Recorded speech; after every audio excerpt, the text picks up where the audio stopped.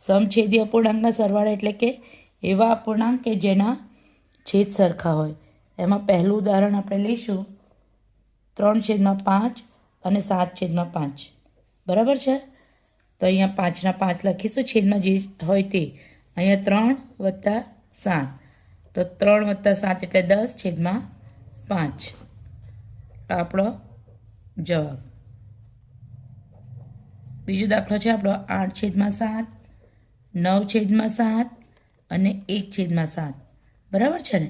તો આમાં કોમન શું છે? છેદમાં 7. તો 7ના 7, 8 + 9 + 1. તો આનો જવાબ છે 18. 18/7. આ આપણો ફાઇનલ જવાબ.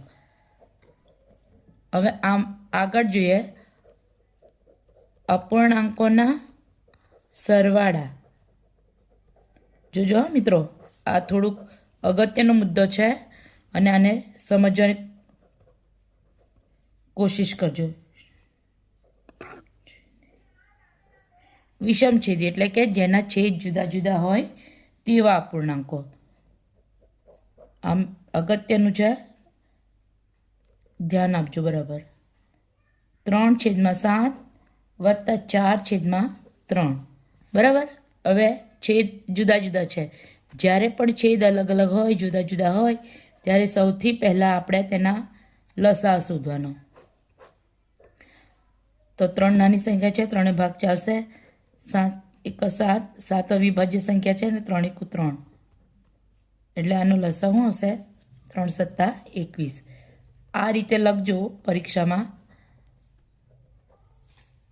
ઉપરની સંખ્યાને આપણે કેટલા વડે ગુણીશું તો 21 આવશે? તો ભાઈ 3 વડે.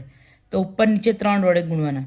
અહીંયા 21 બનાવવા હોય તો કેટલા વડે ગુણીશું તો 21 બને? તો કે ભાઈ 7 વડે. તો અહીંયા ઉપર નીચે 7 જોડે ગુણવાના. તો અહીંયા 3 × 3, 7 × 3. વચ્ચે વત્તા હોય તો વત્તા.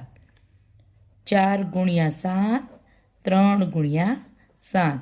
ચાલો મિત્રો, 3 તાલી 9 ને છેદમાં 21, 7 ચોક 28 છેદમાં 21.